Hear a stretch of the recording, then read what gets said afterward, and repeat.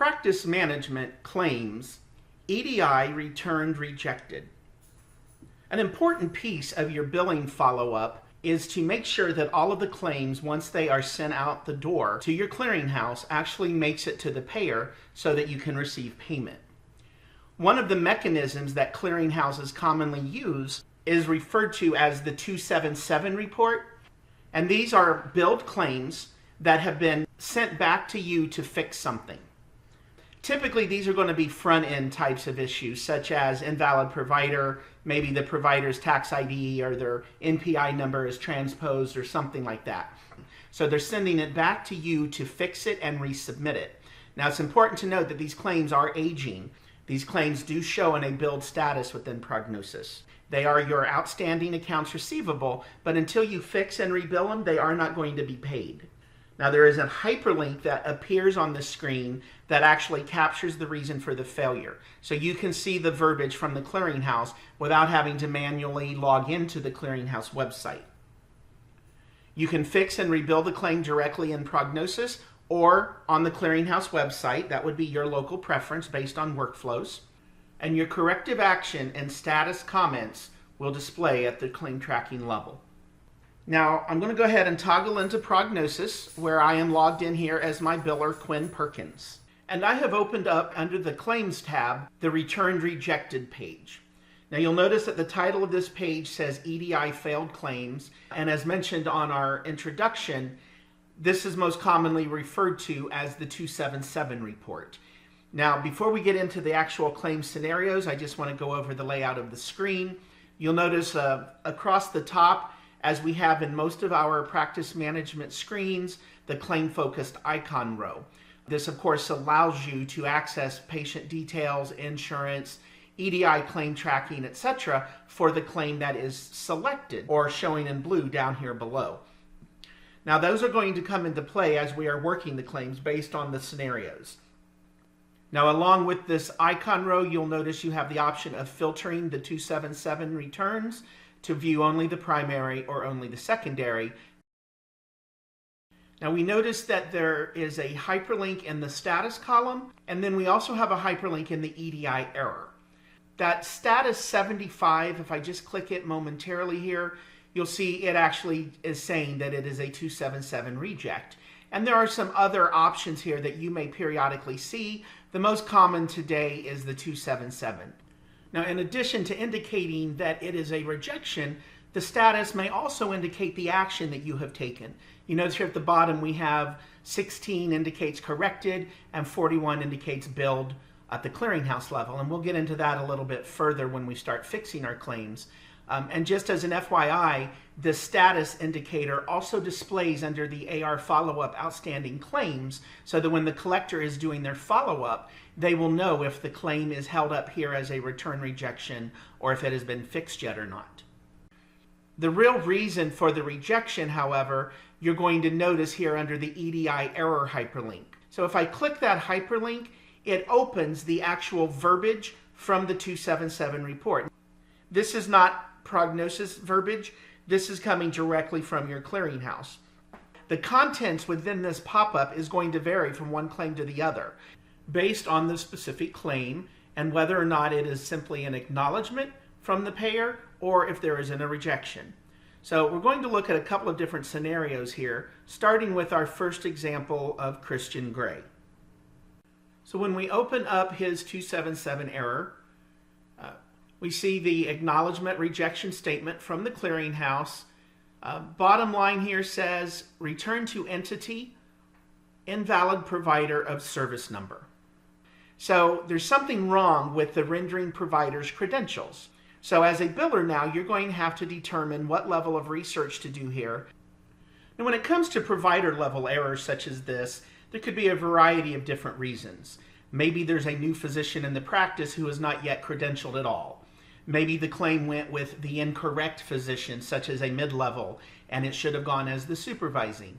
Or maybe the rendering provider for this specific insurance company has a unique payer ID. Instead of the NPI, maybe the particular insurance has a legacy ID for that provider, or wants the UPIN or the taxonomy or something different.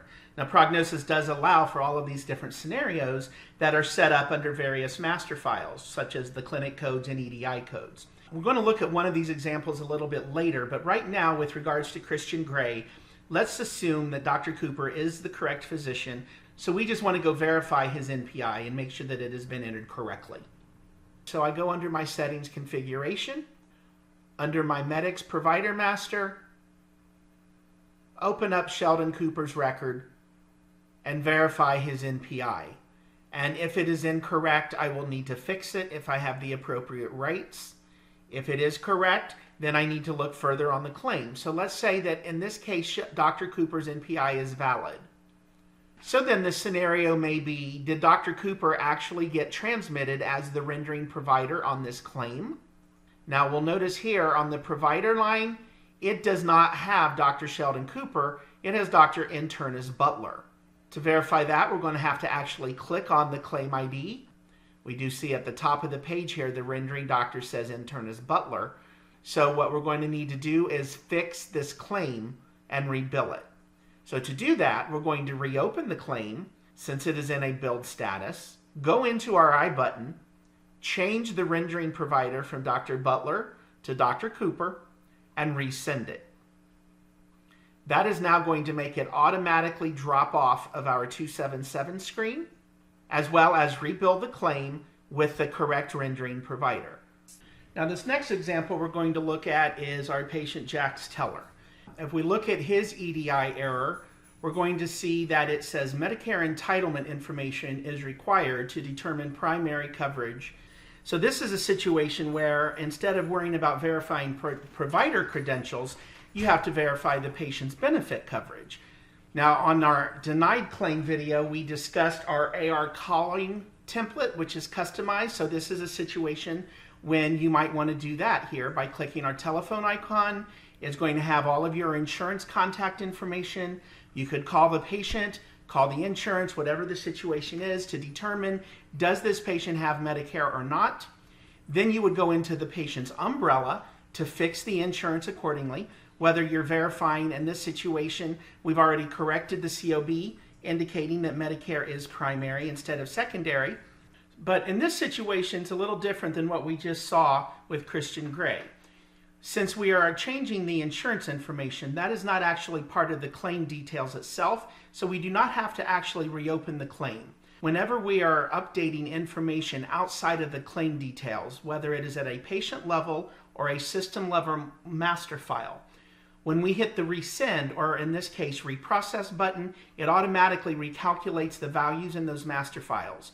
So because we have updated the insurance, all we have to do this time in the case of Jax Teller is click the reprocess button down here at the bottom. It is going to resend that claim correctly to Medicare instead of Aetna this time, and it will also remove the denial from this screen. Now for time's sake, we're not going to go in and correct all of these different scenarios, but I do want to look at a couple more of the EDI reasons. For instance, if we look at Olivia Pope, we'll see that this time the reason code is telling us that the entity requires a valid entity code in loop 2300 segment CLM11. Now this of course is your injury accident code, and it's indicating whether it's an auto accident, a workman's comp accident, or another accident. So in this case, again, the research is going to be, is this indeed due from an accident? Then do I have the appropriate accident code? Am I billing the appropriate accident insurance? Or is it a scenario where the accident code got put on the claim in error? Maybe it's a diagnosis that indicates fracture or sprain, and sometimes those diagnoses are due to an injury, sometimes not. You may be aware that there is a property that we have that you can set for certain diagnoses where you turn that requirement for an accident code off in that case, because by default, those types of diagnoses that you have not otherwise specified at the property are going to give you a scrubber check that the accident code is required. So this is a scenario where maybe the diagnosis is wrong, maybe the accident code is wrong, maybe the insurance is wrong. So you see that based on the reason the research you take and the action you take is going to vary. Whether you're reopening the claim and rebilling it, if you're simply correcting the insurance information, or whatever the scenario would be. Now our fourth scenario is going to be with Tiffany Cones. And this again is another provider-related issue, different than the one we started off with when we were talking about Christian Gray. Now this is dealing with a scenario where the rendering provider was submitted with a non-authorized provider ID or NPI. And it's specifically for the payer Blue Cross Blue Shield of Massachusetts. Now this may be a situation where the credentials are pending. Maybe it's a new physician or a new contract and you don't have the appropriate identifier yet to submit, but the claim went with the NPI because that is our system default. And now that the Blue Cross Massachusetts has processed it, they've decided they don't want the NPI, they want the actual Blue Cross Massachusetts provider. So you're going to have to again verify, is it the doctor situation, is it a pending credential, whatever.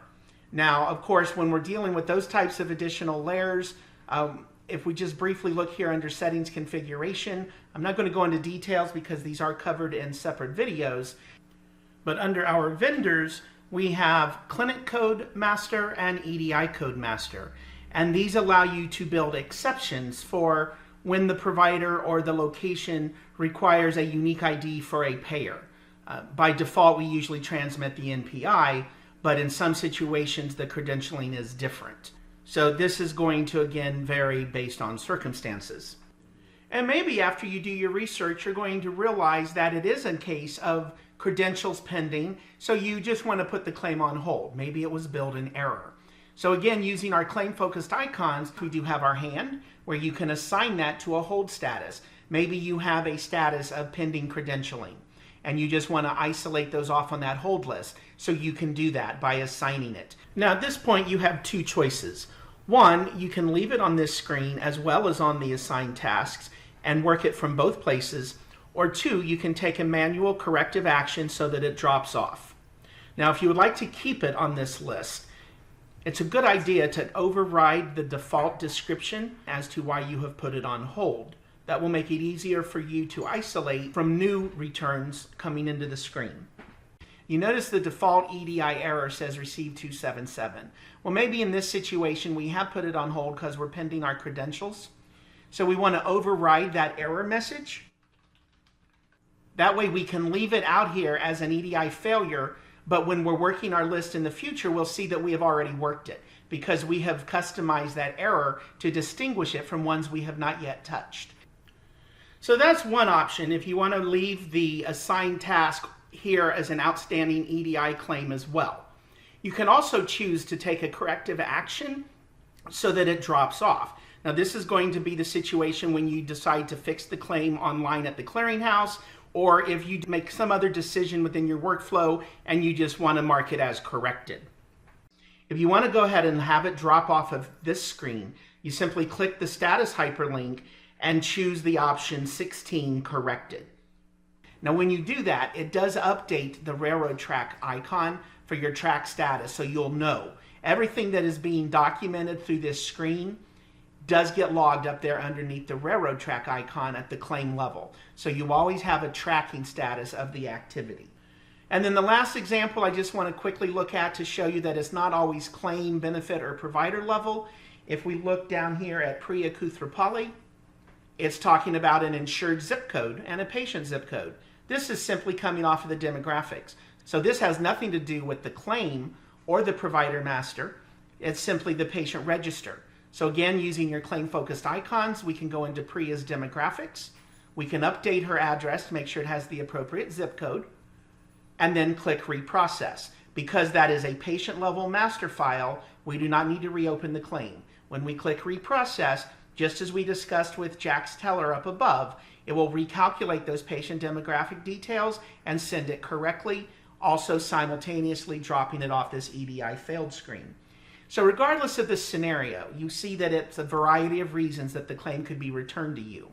This return rejected screen, I just want to emphasize, are claims in a billed status, aging as an accounts receivable. However, it has been returned to you for correction of some sort, either by the clearinghouse or by the payer. Part of a biller's daily work list, in addition to monitoring new claims, should always be to be reviewing the returned rejected list and working those on a priority so that they get back to the clearinghouse, back to the payer. They will either automatically drop off of this when you rebill the claim, or you can manually have them drop off by choosing the corrected action. So in review, our 277 EDI failures can be either a clearinghouse level return to provider or a payer level rejection. These are continuing to age as an outstanding accounts receivable. However, they are not going to get paid until you fix and rebill them appropriately based on the reason for the rejection. These claims do continue to show in a billed status within prognosis. Under the EDI failure message, there is a hyperlink to view the actual verbiage from the clearinghouse or the payer, which will lead you as to the correction course you need to take.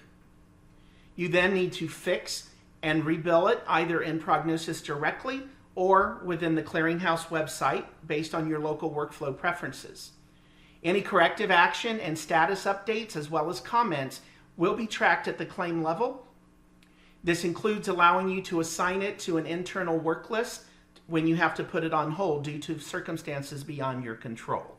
When you actually fix the claim, it does automatically drop off. Otherwise, it will remain outstanding for you to continue to follow until you're able to resolve it.